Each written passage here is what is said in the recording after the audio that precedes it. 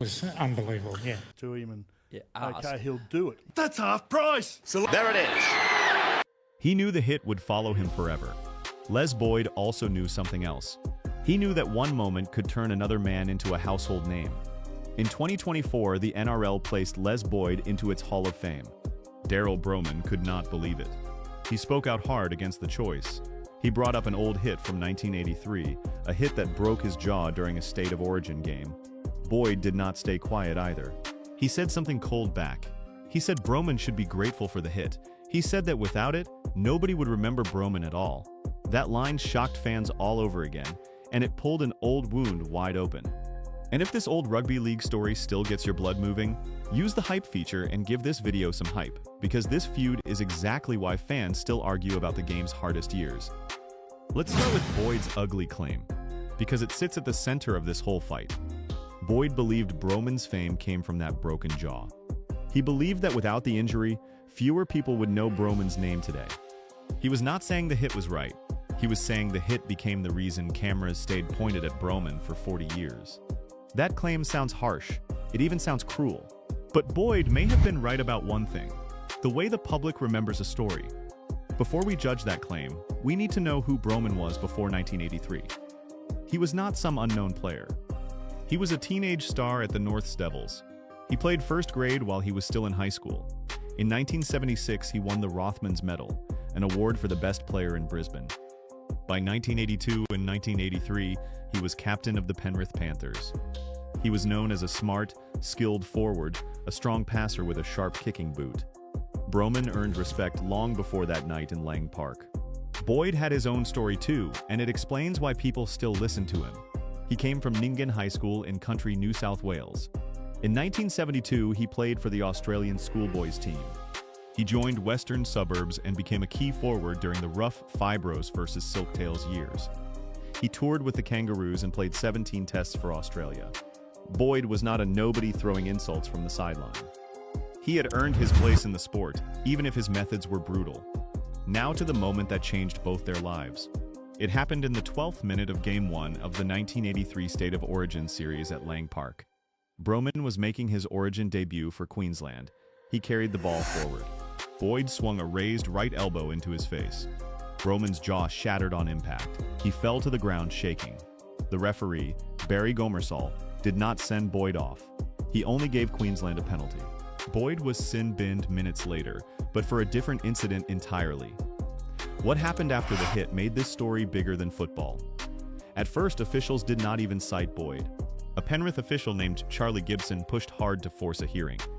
A judiciary led by Jim Comins took the case seriously. Boyd received a 12-month ban, one of the harshest punishments of that era. Then Broman did something almost unheard of in rugby league.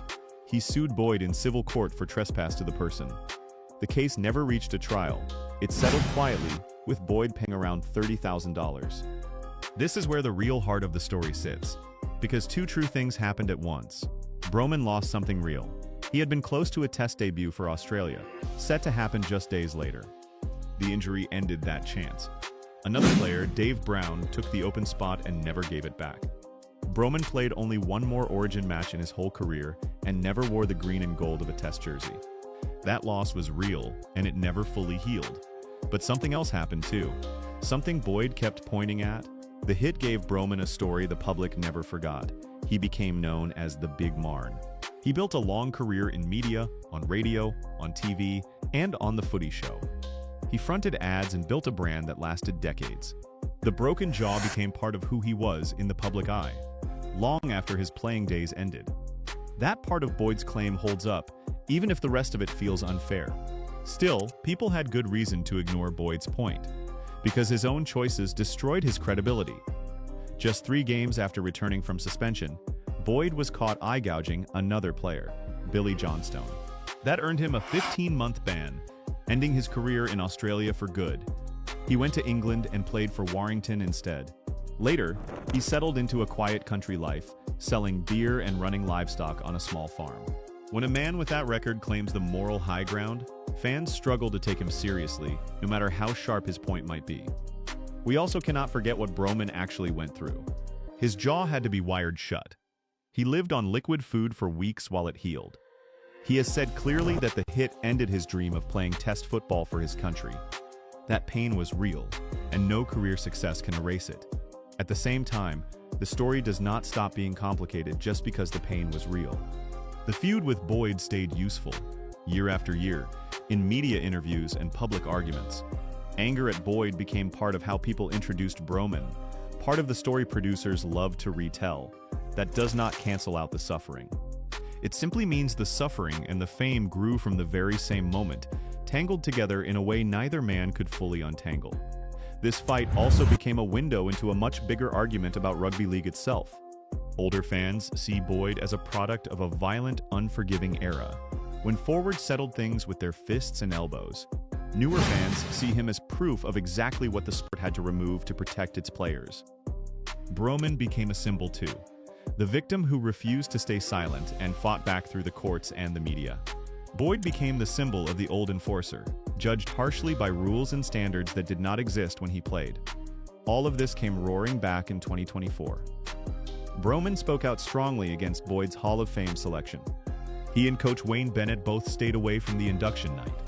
Writers and fans argued that honoring a man with such a violent record sent the wrong message about the sport. Others pointed to Boyd's 17 tests and his toughness during one of rugby league's hardest periods, saying his playing record still deserved recognition. So where does that leave us? All these years later, Boyd's elbow was wrong. There is no fair argument that excuses what happened in that 12th minute at Lang Park. Broman's pain was real, his lost chances were real, and his anger has every right to exist. But Boyd was not completely wrong either. Not about the part of his claim that focused on memory and public attention. The hit did help carve Broman's name into rugby league history in a way that simply playing well might never have done. Nobody wanted to hear that point, because the man saying it was the same man who caused the damage in the first place. And maybe that is the real lesson buried in this whole story. Daryl Broman did not just survive that night in Lang Park. He turned the worst moment of his career into the story people remembered most. And then he built an entire life around proving he was more than just a victim of one bad hit. He earned a long career, real respect, and an Order of Australia medal for his work after football. Whatever Boyd meant by his harsh words, Broman is the one who actually walked away with a lasting legacy, built through decades of hard work, long after that one elbow faded into history. 24 points to 18. Very cautious, I think, when he's carrying that ball. Nigel Roy gets it down. He knew Andrew Voss could make rugby league feel alive, and Ray Hadley knew it too, even in the moments he was tearing him apart on the radio. That strange tension sits at the center of one of the longest-running rivalries in Australian sports media. Voss is loud, funny, and easy to love. He talks like a fan who somehow got handed a microphone, and that loose, excitable style has carried him through decades of rugby league coverage. Most viewers simply enjoy the ride and never think twice about it. But in 2024, during a Fox League broadcast in Auckland, that same loose energy caused a real problem. Cameras panned to a group of dropped Newcastle Knights players sitting on the hill at Mount Smart Stadium. Voss joked that Jackson Hastings was among them, fast asleep. It was not true, and Hastings had just been dropped to reserve grade, so the joke landed badly and quickly spread online. Voss apologized within hours, and the moment passed fairly quietly. Still, it raised an old question that has followed him for years. If this story already has you thinking, use the hype feature and give this video hype. Was the Hastings joke just a harmless slip from an enthusiastic commentator? Or was it one more example of a pattern that Ray Hadley had been pointing at since long before most fans were paying attention? This video is not here to tell you Hadley was a good guy, because he was not always one, and some of what he did to Voss over the years was genuinely unfair. It is here to look honestly at both men, at what they got right, what they got wrong, and why the public ended up taking sides so firmly in a fight that was always more complicated than it looked from the outside. To understand any of this, you have to go back to 1994. Ray Hadley was already a respected and rising sports broadcaster at Sydney radio station 2UE. He had helped bring Andrew Voss into the industry, giving him early opportunities and mentoring him through some of the harder parts of breaking into sports media. Then, in that same year, Voss left 2UE for a television commentary role with the Nine Network. To Hadley, that exit felt like a personal betrayal, a young broadcaster he had supported simply walking away without much warning. Voss saw the situation a little differently. He believed part of Hadley's anger came from an earlier moment that same year, when Voss was offered a TV opportunity that Hadley himself had reportedly wanted for his own career. Whatever the exact mix of motives really was, the split created a real and lasting divide between the two men, one that never fully healed even as both of their careers moved forward. Hadley represented an older model of media loyalty, built on hierarchy, favors, and long-standing alliances between broadcasters, stations, and networks. Voss represented something newer and more individual, a broadcaster willing to move between organizations if it meant real career growth, even if that meant leaving people behind. Neither approach is automatically right or wrong on its own. They are simply two different ways of building a career inside a competitive and often unforgiving industry. Both men went on to succeed in their own lanes for almost 2 decades after that initial split. Hadley became one of the biggest and most powerful names in Sydney talk radio, building a loyal audience through sheer consistency. Voss became a rising star in TV rugby league coverage, known for his energy and his obvious love of the game. The old resentment from 1994 never fully disappeared during all of that success, but it mostly stayed out of public view until a very unusual event forced it back into the open for everyone to see. That event happened in August 2011 in the small town of Junee, New South Wales. A bronze statue of legendary commentator Ray Warren was unveiled there, and it was not just a small community tribute to a beloved local figure. The statue was supported by both 2GB, Hadley's radio home, and the Nine Network, Voss's employer at the time. It represented a valuable commercial partnership between two major media companies. During a broadcast of the Sunday Roast, Voss made a series of jokes about the statue's appearance, comparing its look to swimmer Dawn Fraser in a way many viewers found genuinely funny. Plenty of people watching at home probably laughed along, and on its surface, the joke was a fairly ordinary bit of light on-air humor. Inside the media industry, though, the joke touched something more sensitive than viewers at home could see. Voss had poked fun at a project his own employer had helped fund, alongside a key partner network. Ray Hadley did not take it lightly. Over the next 2 days on his high-rating morning radio show, he attacked Voss directly and harshly, at one point calling him a grub of the highest order and a moron, in front of an enormous audience. Those words were extreme by any reasonable standard, and there is no fair way to defend them as measured criticism of a colleague. Voss responded by suing both Hadley and 2GB for defamation, a serious legal step that put the whole conflict into the public record. The case never reached a full trial. It was settled outside of court, with Voss receiving a 6-figure payment and Hadley issuing a public apology. That distinction matters.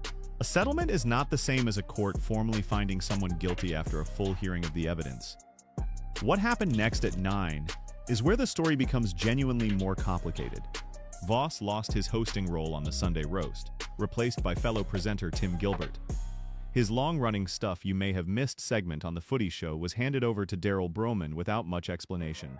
He was moved down to calling lower-tier Queensland Cup matches instead of the marquee fixtures he had once been trusted with, and he found himself gradually excluded from important production discussions.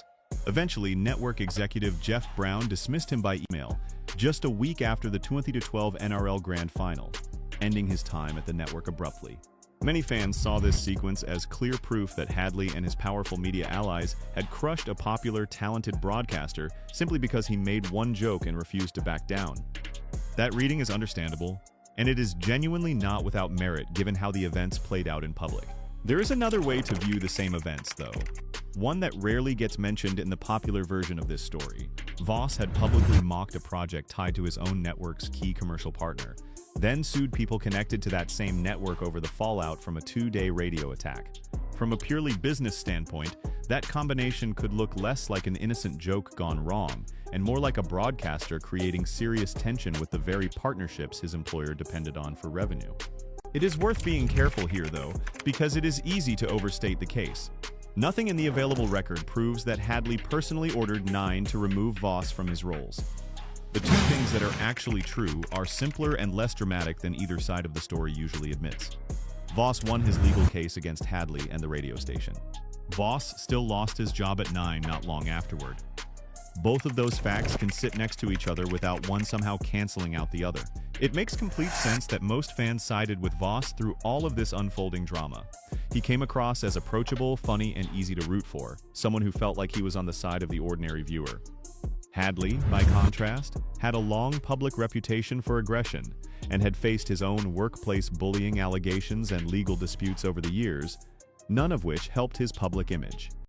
When two people clash publicly and one of them already seems difficult and combative, most audiences will naturally lean toward whichever figure seems friendlier and more relatable.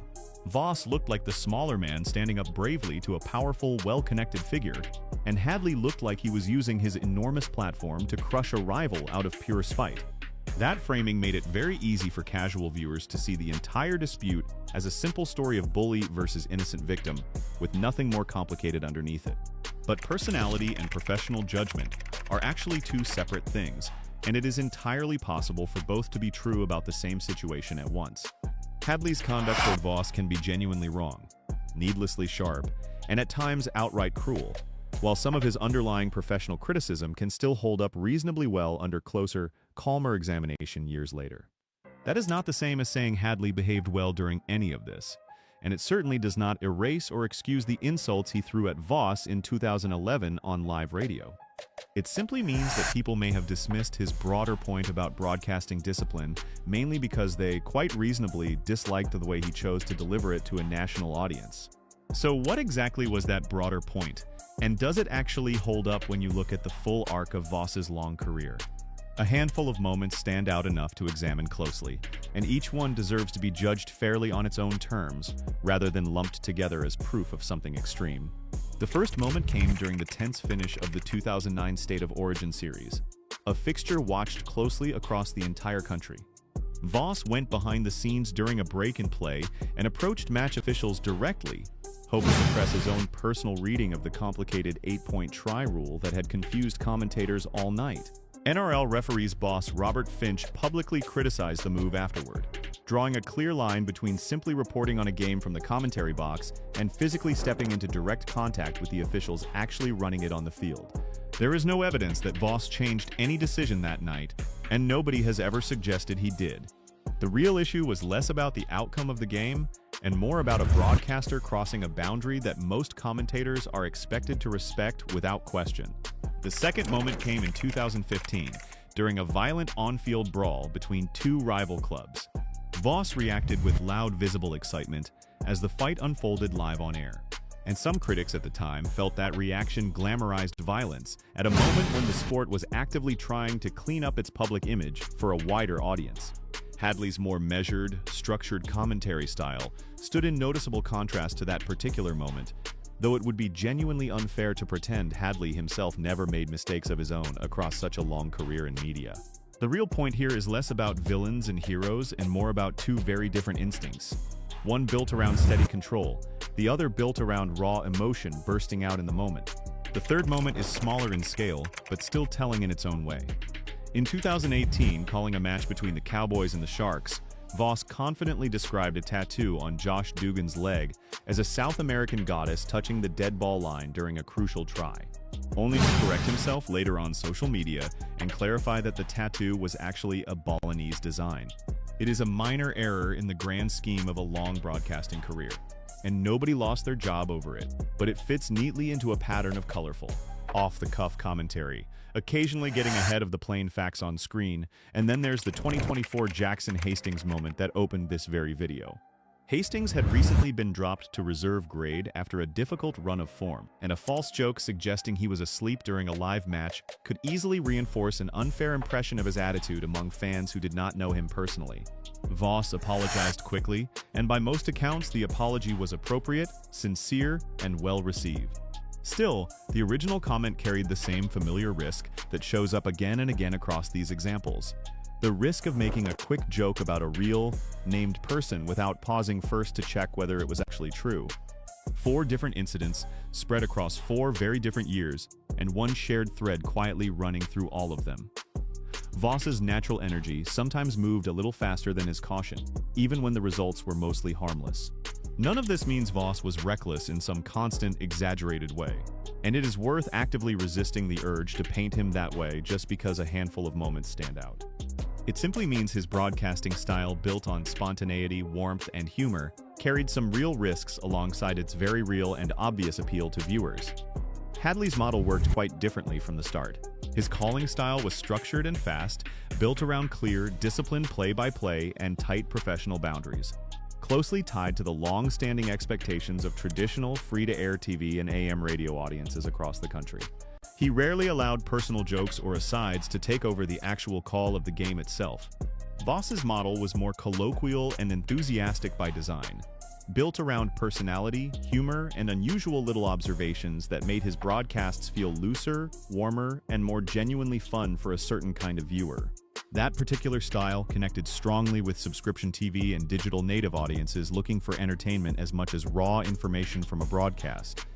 Neither approach here is inherently better than the other in some absolute sense. Voss's style was never really a flaw that needed correcting. It was simply better suited to a different kind of media environment than the one he happened to be working inside during his years at Nine. The underlying tension between the two men was never really about raw talent, since both men clearly had plenty of it. It was about fit, and about what a major flagship free-to-air network specifically needed from its lead commentating voice at that particular moment in its history. After leaving Nine, Voss spent time calling matches for Sky Sport over in New Zealand, and later worked the 2013 Rugby League World Cup for UK Premier Sports, a period spent largely away from the Australian spotlight. That stretch of time abroad seems to have genuinely helped him grow as a broadcaster, and he returned to the Australian mainstream in 2014 through Fox Sports, ready for a fresh start. Fox League and his SEN breakfast radio program together gave him a home that matched his energetic, opinion-driven style far better than his old, more restrained role at Nine ever had. Meanwhile, Hadley stayed firmly rooted in Sydney AM radio, continuing on for years afterward as one of the city's leading and most consistent morning hosts. He was inducted into the Sydney Cricket Ground Media Hall of Honor in 2021, a significant honor within the industry, and he delivered his final morning broadcast on December 13, 2024, closing out a long and commercially very successful career on his own terms. Looking closely at where each man eventually ended up says something important all on its own, beyond any single argument or headline. Hadley thrived for decades inside a system built on structure, loyalty, and long-standing commercial relationships between people and institutions. Voss thrived in his own very different way, inside a system that rewarded personality, humor, and high-energy delivery above almost everything else. The industry did not reject Andrew Voss outright, despite how the story is sometimes told. It simply moved him over time toward the kind of platform where his particular strengths could genuinely shine without running into quite so much institutional friction along the way. So where does all of this leave the actual argument that Ray Hadley was right about Andrew Voss in some meaningful sense? Hadley's insults were wrong, plain and simple, and nothing about the years that followed changes that basic fact in any way. The way he used his enormous radio platform to attack a colleague over a fairly harmless joke was excessive and genuinely damaging, and it deserved the legal and public consequences that followed soon after. At the same time, his underlying concern about Voss's professional discipline does not look quite as unreasonable with the benefit of hindsight. Once you line up 2009, 2015, 2018, and 2024 side by side, and look at the pattern honestly. The public's affection for Voss was never misplaced, and it still is not misplaced today. But that affection may have made people less willing to look closely at the professional side of Hadley's original criticism back when it was first made. Both things can be true at the same time without contradiction. Hadley behaved badly toward a colleague, and some of what he warned about kept quietly showing up again and again across Voss's later career. Voss, for his own part, survived a genuine professional collapse at a major network, and rebuilt himself into one of the most recognizable and beloved voices in rugby league broadcasting today. His passion for the game has never once been seriously in question, and it clearly still connects with fans across the country. What this whole long story really shows, in the end, is something a little bigger than either individual man. Passion can make a broadcaster genuinely unforgettable to an audience, but discipline is often what makes a network willing to trust him with its very biggest moments. And the best broadcasters in any era usually find some honest way to hold on to both qualities at once. Livelihood's been taken away. Ben Cousins, very quiet afternoon. And that's been a great plus for the West Coast Eagles. He knew Barry Hall's greatest danger was not another defender. It was the anger Hall carried onto the field every single week. That anger would later knock a man out cold in front of the whole country. Years after that punch, the AFL welcomed Barry Hall into its Hall of Fame with open arms. At the very same time, Ben Cousins stayed locked outside as of 2024, judged by a much harder and stricter standard. How could a league forgive a man who broke another player's jaw with a sneak attack, yet keep out one of the greatest midfielders it has ever produced? And if you think stories like this deserve a closer look, use the hype feature and give this video some hype as we uncover what everyone missed. Ben Cousins was never just a troubled name from football's past. He was a Brownlow Medal winner, chosen as the very best player in the entire league. He was a premiership player who helped deliver a flag to his home state. He earned 6 All-Australian selections and 4 Best and Fairest awards at his own club. He also won the Rising Star Award and the Lee Matthews Trophy. On the field, week after week, he was relentless, clean, and completely disciplined. This is the story of what football chose to forgive, and what it chose to punish, and why that choice still matters today. Between 2005 and 2007, 2 proud football clubs pushed each other to the very edge every single time they met on the field. West Coast and Sydney fought through a fierce rivalry that fans still call the Battle of the Birds.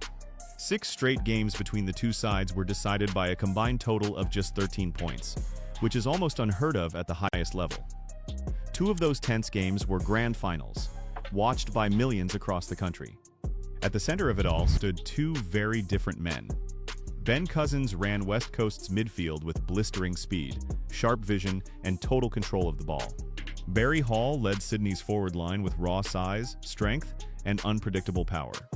Both men reached the very top of professional football during this golden era. Both were feared by opponents, and both were adored deeply by their own supporters. Yet their styles could not have been more different from one another. Cousins was a clean, hard-running playmaker who almost never crossed the line into foul play.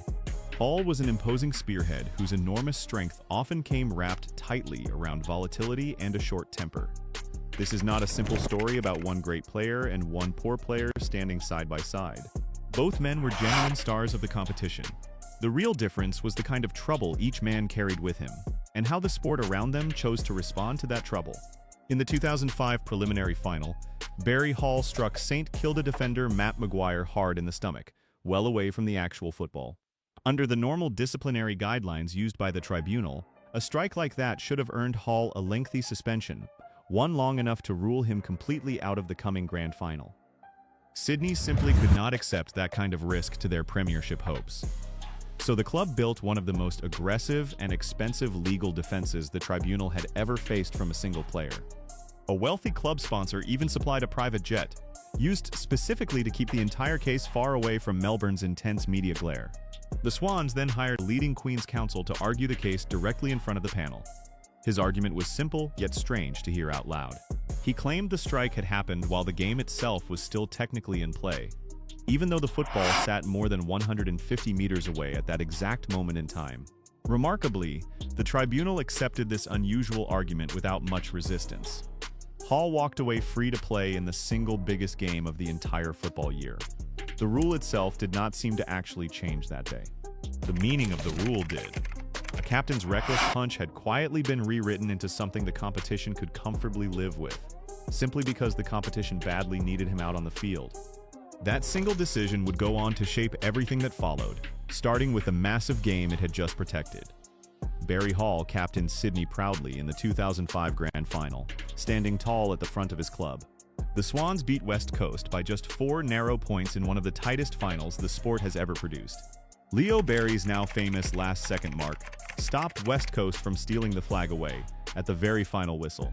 Hall stood right at the center of the wild celebration, cleared only by a tribunal decision built specifically to keep him out there on the field. At that very same time, Ben Cousins was quietly fighting a private and deeply dangerous battle of his own.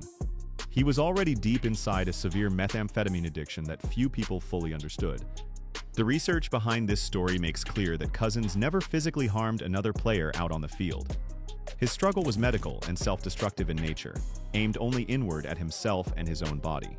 Hall's actions had physically hurt an opponent, and the system still found a clever way around it. Cousins' addiction damaged his own health. his marriage, his football club, and the league's carefully polished public image, and the system slowly began pulling harshly away from him instead. One man's danger to other people was carefully managed and excused. One man's danger to only himself was punished swiftly and severely. Nobody watching that thrilling grand final could yet see how far this troubling gap would eventually grow, or what price it would ultimately cost the game. Ben Cousins earned every single bit of the praise his name still rightfully carries today. West Coast recruited him under the father-son rule since his own father, Brian Cousins, had played nearly 240 WAFL games for Perth and dozens more games in the VFL for Geelong. Ben made his debut at just 17 years old against Geelong and kicked 2 clean goals in that very first match. That same season, he won the Rising Star Award by a single narrow vote over Shannon Grant, announcing himself as a special talent. His obvious talent and good looks quickly made him one of the most marketable young players in the entire sport, promoted heavily as football's own answer to Brad Pitt. In 2005, he won the Brownlow Medal outright with 20 total votes, finishing just barely ahead of his own teammate Daniel Kerr. He also claimed the prestigious Lee Matthews Trophy that very same year. Across a long career, he won 4 separate Best and Fairest awards at West Coast, and earned 6 full All-Australian selections in total. He played 270 AFL games in all, and stood proudly among the stars of West Coast's 2006 Premiership-winning side. But the constant pressure surrounding his public image never once let up. Sponsors and club officials always expected a spotless, perfect public face from a man who was quietly falling apart inside. He lost the club captaincy after fleeing a routine breath testing station back in 2006. West Coast eventually sacked him outright, and the AFL Commission banned him for a full 12 months for bringing the game into serious disrepute. His later years sadly included aggravated stalking charges and several breaches of restraining orders that led directly to time in prison. And none of that should ever be quietly brushed aside or ignored. Still, his football record stands entirely on its own, built completely on discipline, speed, and relentless drive. The clearest possible proof of the AFL's uneven standards arrived in round 4 of the 2008 season. Sydney was facing West Coast that day, and Barry Hall threw a hard, sudden left hook straight into the jaw of Eagles defender Brent Staker, well behind the actual play. Staker never even saw the punch coming his way. It dropped him instantly to the turf, and he lay completely unconscious on the ground, while the shocking footage spread far beyond ordinary football fans everywhere. It quickly became known simply as the sucker punch, a cowardly blow aimed at a man who had absolutely no chance to defend himself. Hall received a 7-week suspension for the vicious hit. The starting penalty had actually been 10 full weeks, cut down by the standard 25% discount routinely given for an early guilty plea. Staker suffered a severe concussion that terrible day. His playing career later moved into a steady, quiet decline, and the punch remained one of the single defining moments permanently attached to his name. Hall himself later openly admitted the punch could have easily ended in real tragedy, saying it might have actually killed Staker outright. Brent's own mother, Rosemary Staker, spoke out bravely and publicly against the shockingly light punishment handed down. She asked one simple, pointed question that cut right to the heart of the matter. Would the tribunal have shown that same gentle leniency if the man knocked unconscious had instead been a bigger household name? Someone like Chris Judd, Ben Cousins, or Daniel Kerr? Her sharp question exposed the real, ugly pattern running quietly through all of these decisions. Punishment seemed to bend easily around fame, marketing value, and simple convenience, rather than around the true seriousness of the harm actually caused. This was not some random accident born from a single moment of temper. It was the direct result of a system that had already shown Hall, again and again, that his aggression carried no lasting price at all. The 2005 tribunal decision had already taught everyone involved that a star player's availability mattered more than a strict and equal rulebook, and Staker paid the real cost of that early lesson. After serving his brief suspension, Hall was quickly welcomed straight back into the game with open arms. The wider football world quickly turned its focus toward his path to redemption, rather than dwelling on the danger he had just shown to everyone watching. In 2009, he struck Adelaide's Ben Rutten in another incident, one that helped push him firmly out the door at Sydney. Even after all of that, another club still badly wanted him on their list. The Western Bulldogs gave Barry Hall a completely fresh start elsewhere. Across his full career with St Kilda, Sydney, and finally the Bulldogs, he finished with 289 total games, and a huge total of 746 career goals. He earned 4 All-Australian selections along the way, a Sydney Best and Fairest Award, and the 2005 AFL Coaches Association Champion Player honor. He also proudly carried home a premiership as Sydney's own captain. Nobody watching honestly can deny that Hall was a brilliant, genuinely powerful forward. But his long career also clearly shows how easily raw aggression could be forgiven when it neatly matched the tough, hard-edged image football always liked selling to its fans. After football ended, Hall moved smoothly into professional boxing and stayed firmly in the public eye through steady media work, carrying his old reputation with him the entire way forward. The story surrounding these two men reaches far beyond their own individual personal choices. Cousins was sold to the wider public as clean, handsome, and instantly easy to trust completely. Hall was sold instead as tough, rough, and openly proud of it, wrapped tightly in the nickname Big Bad Bustling Baza. When Cousins' private addiction became public knowledge, it shattered the wholesome, careful image built so carefully around him. Hall's aggression, by clear contrast, fit neatly and comfortably into the tough image his own club had already built for him. Player agent Ricky Nixon, whose large Flying Start agency represented both men along with other stars like Wayne Carey and Nick Rewalt, helped shape exactly how these very different stories reached the wider public. Around this same rough period, teammate Adam Selwood was cleared entirely of a serious racial vilification charge after claiming he had instead used demeaning sexual language aimed squarely at a woman. Former player Tony Shaw once openly explained football's unwritten sledging rules, where race, religion, illness, and children were always strictly off-limits, but harsh insults directed toward women were treated as perfectly normal. When Cousins later returned to football with Richmond back in 2009, his difficult comeback became a strange media spectacle known widely as the Ben Cousins train, built far more for attention than for any real recovery or lasting support. The Australian Football Hall of Fame officially judges every player on their record, ability, integrity, sportsmanship, and personal character, on pure playing numbers alone. Both men clearly belong inside it. Cousins played 270 games, kicked 217 goals, and won 1 premiership, 1 Brownlow medal, 6 All-Australian jerseys, and 4 separate Best and Fairest awards. Along with the Rising Star and the Lee Matthews Trophy, Hall played 289 games, kicked a massive 746 goals, and captained his own premiership winning team, earning 4 All-Australian selections, 1 Club Best and Fairest, and the 2005 Champion Player Award. Hall was fully inducted into the Hall of Fame. Cousins remained completely excluded as of 2024, despite his own extraordinary playing record. This is not really about quietly hiding what Cousins did after his football career ended. His stalking convictions and restraining order breaches were genuinely serious, and they were entirely real. But Hall was sacked outright by Triple M in 2018 for deeply offensive and openly misogynistic comments made on air, and he still comfortably kept his place inside the Hall of Fame. Other current members, including Gary Ablett Sr. and Wayne Carey, carry their own deeply troubled personal histories, and were still fully admitted regardless.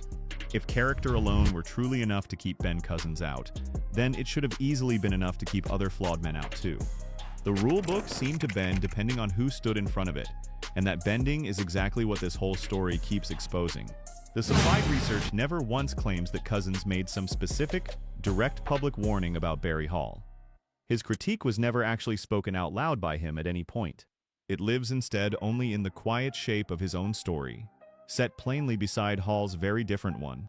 Ben Cousins understood the kind of system they were both truly playing inside, and what happened later to Barry Hall only proved his point completely. The AFL never judged every single form of harm in exactly the same fair way. Violence that neatly fit football's tough guy image kept getting quietly absorbed and casually explained away. Personal struggles that damaged the league's polished corporate image were instead treated as contamination needing swift removal. Hall received legal defense, quiet forgiveness, and a genuine second chance. Again and again throughout his career, Cousins received harsh punishment, complete removal, and a permanent character judgment that has followed him for many long years since. None of this quietly erases the real seriousness of what Cousins did later on in his life, but it certainly does not make the deeply uneven standard applied to these two men feel fair at all. The simple phrase, "nobody listened," points directly to football's failure to face Hall's clear pattern honestly, long before Brent Staker ever paid the heavy price for it. Ben Cousins remains one of the most naturally gifted midfielders this proud sport has ever produced in its long history. His blistering speed, his rare discipline, and his relentless work rate placed him firmly among the very best players of his entire era. And that record deserves real, lasting respect from everyone. Barry Hall remains a genuine champion forward too, a powerful player whose goal scoring and raw strength will always belong somewhere in football's rich history. None of this quietly asks fans to simply erase either man from the record books forever. It only asks football itself to apply one single honest standard, fairly to everyone who proudly wears its jumper. A sport cannot truly claim to care deeply about character while quietly changing what that character means depending on the player, the timing, or the money involved. Ben Cousins made many real mistakes throughout his life, and his brilliant football record was genuinely never the actual problem at hand. Placed directly beside Barry Hall's own story, the plain truth becomes hard to miss. Cousins was right all along about the hidden danger inside the system they both played within. The real tragedy is that football only seemed to fully understand that danger after someone else had already paid the heavy price for its long silence.